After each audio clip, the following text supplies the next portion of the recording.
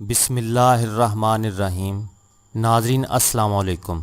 قبض ایک ایسی بیماری ہے جسے ام الامراض یعنی بیماریوں کی ماں کہا جاتا ہے۔ آج اس بیماری میں ہر چوتھا شخص مبتلا ہے۔ اگر اجابت یا پاخانہ معمول کے مطابق نہ آئے، کم آئے یا دوسرے تیسرے روز آئے تو سمجھیں کہ آپ بھی قبض کا شکار ہیں۔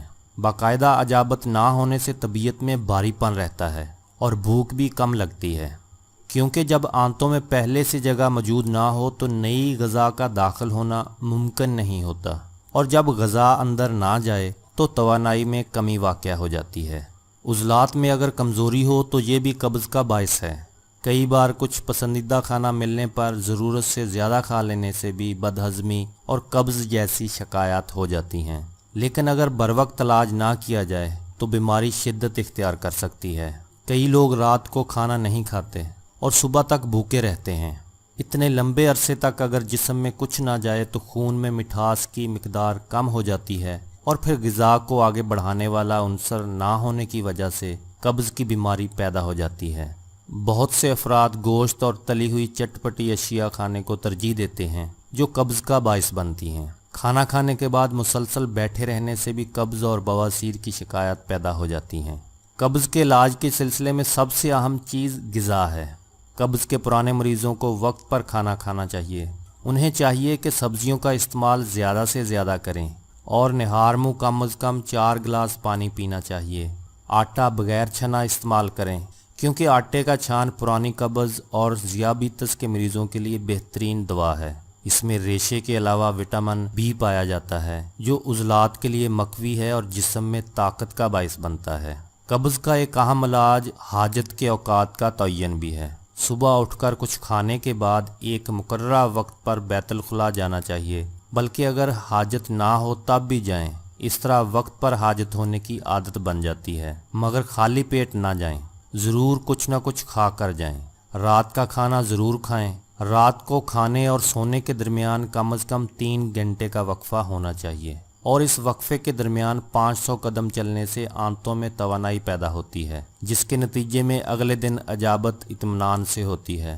نہار منہ شہد کا استعمال بھی اپنی عادت بنا لیں اور ہرے پتوں والی سبزیاں استعمال کریں۔ پیٹ کی بیماریوں میں جو کا دلیا بھی بہت مفید ہے۔ یہ پیٹ میں جا کر پھولتا ہے اور آنتوں میں بوجھ کی کیفیت پیدا کر کے اجابت کے عمل کو تیز کرتا ہے۔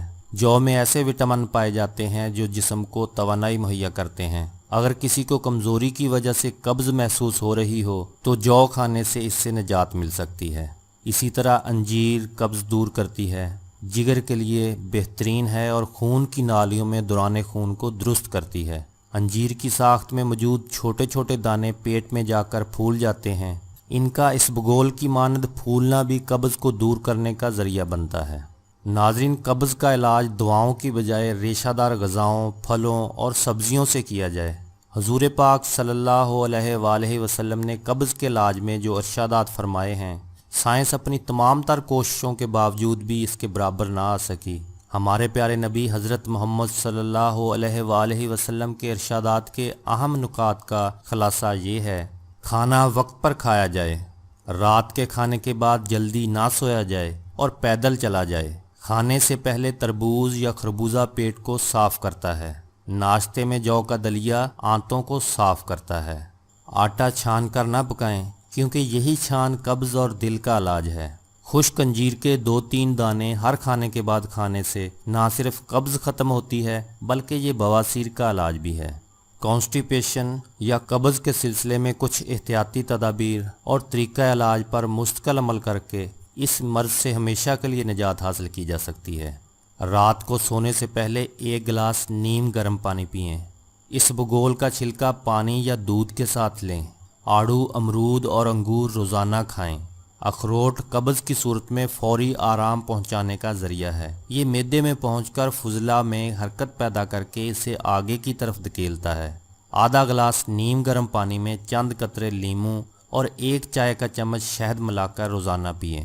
ثابت اسبگول اور سرسوں کے بیج ہم وزن لے کر صبح و شام چھوٹا چائے والا چمچ استعمال کریں۔ قبض کے ساتھ بواسیر سے بھی نجات مل جائے گی۔ چند قطرے روگنے بادام 1 گلاس نیم گرم دودھ میں رات کو سونے سے پہلے لیں۔